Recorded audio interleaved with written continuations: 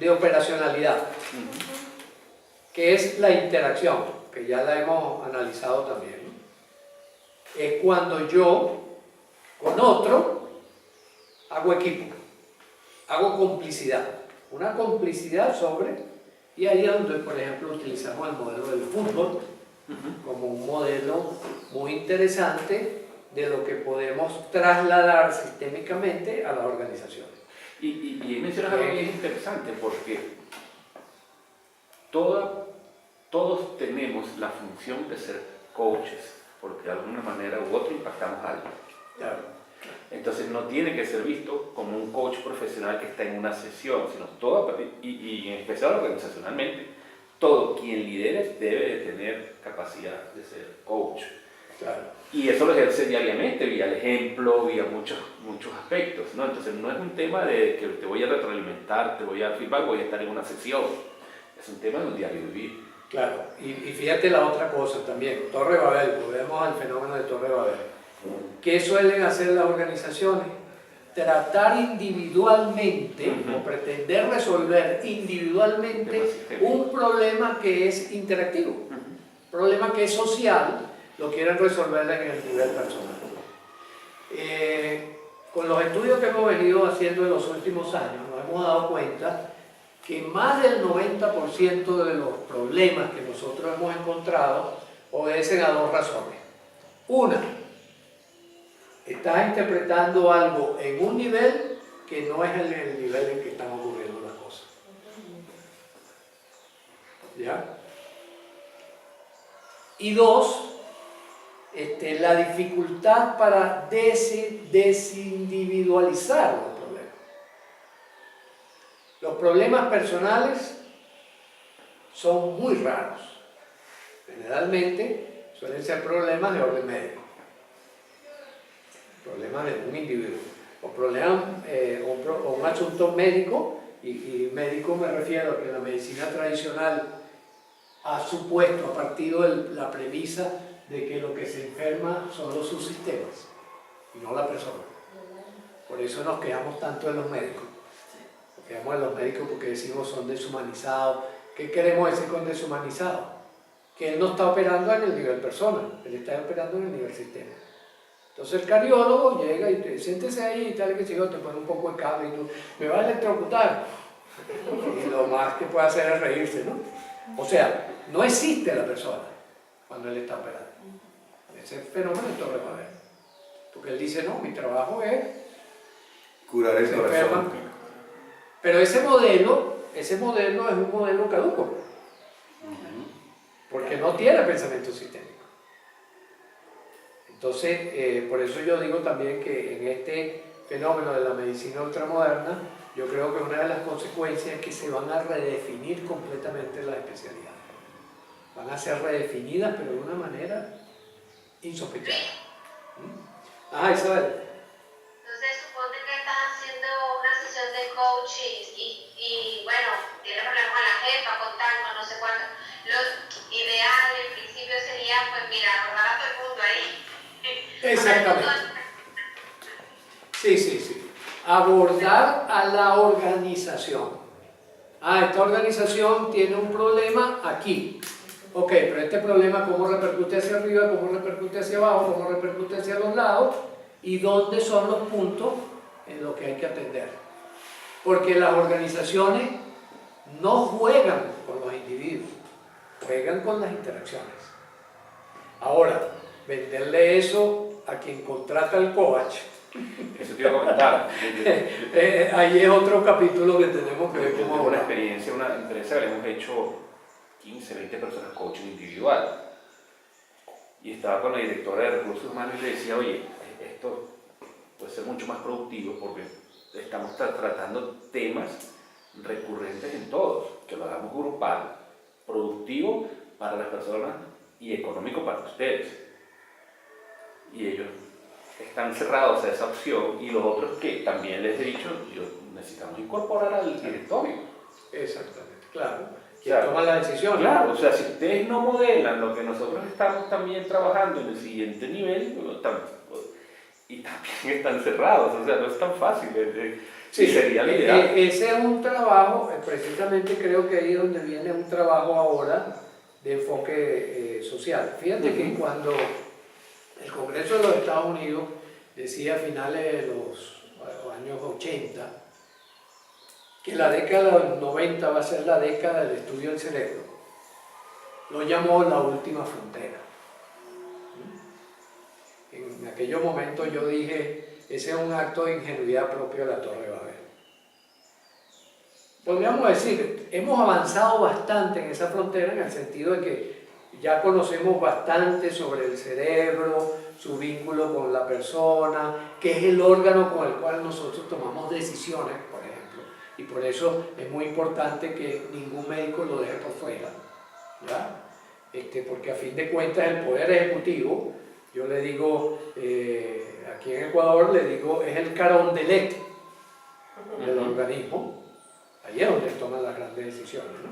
Entonces, pero yo decía, ese es un acto de ingenuidad, porque todavía nos queda otra frontera, dos fronteras por delante, muy importantes. La neurosocial, que es eso, cómo se cose el tejido, cómo cosemos este tejido, y desde las organizaciones o de la pareja, de la familia, coser esto. Y la otra frontera, la neuroespiritual.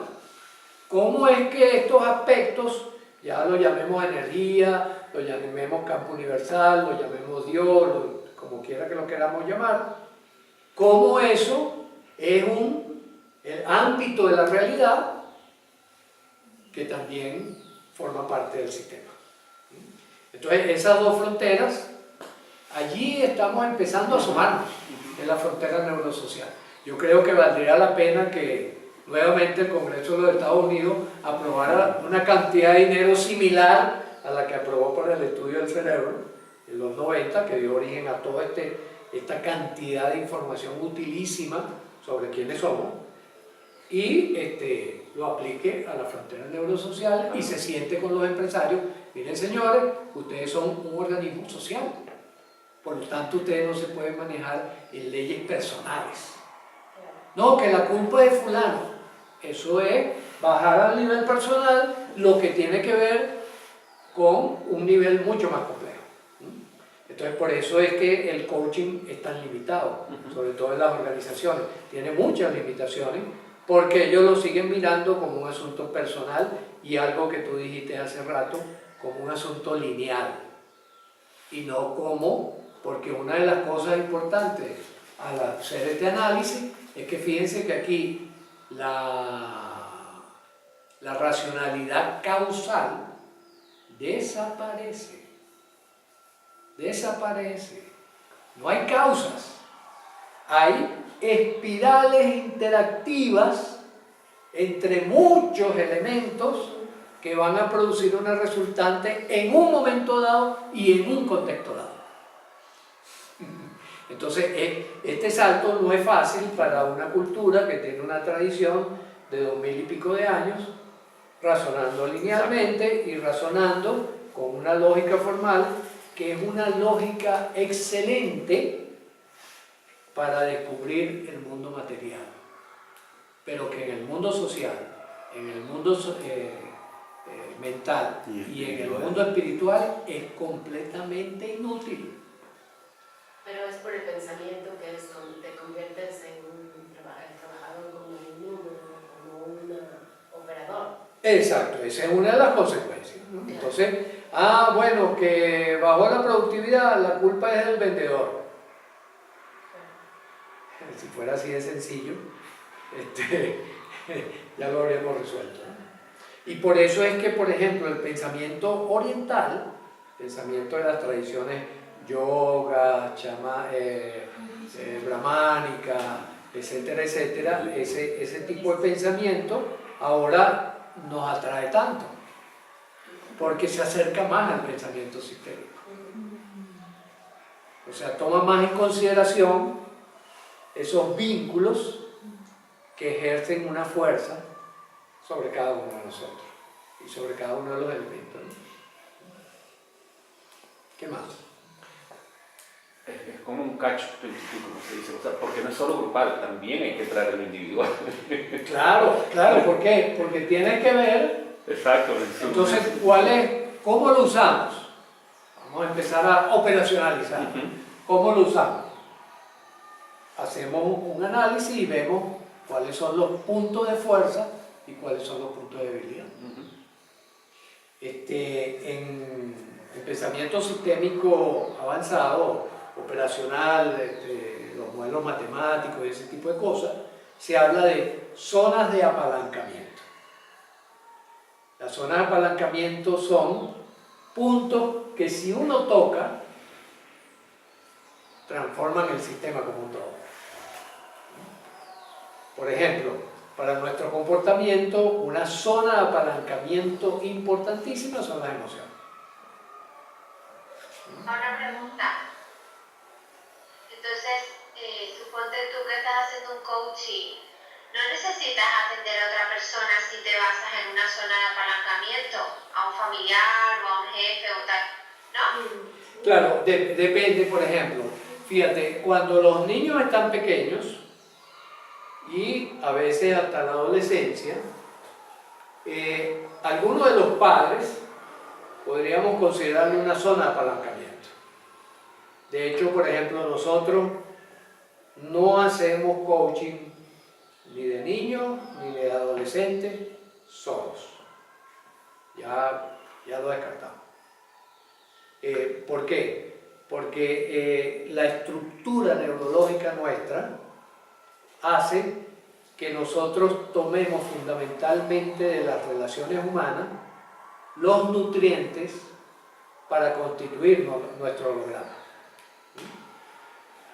Entonces, cuando nacemos, somos totalmente dependientes, 100% dependientes de la madre o de la persona cuidadora que nos esté atendiendo.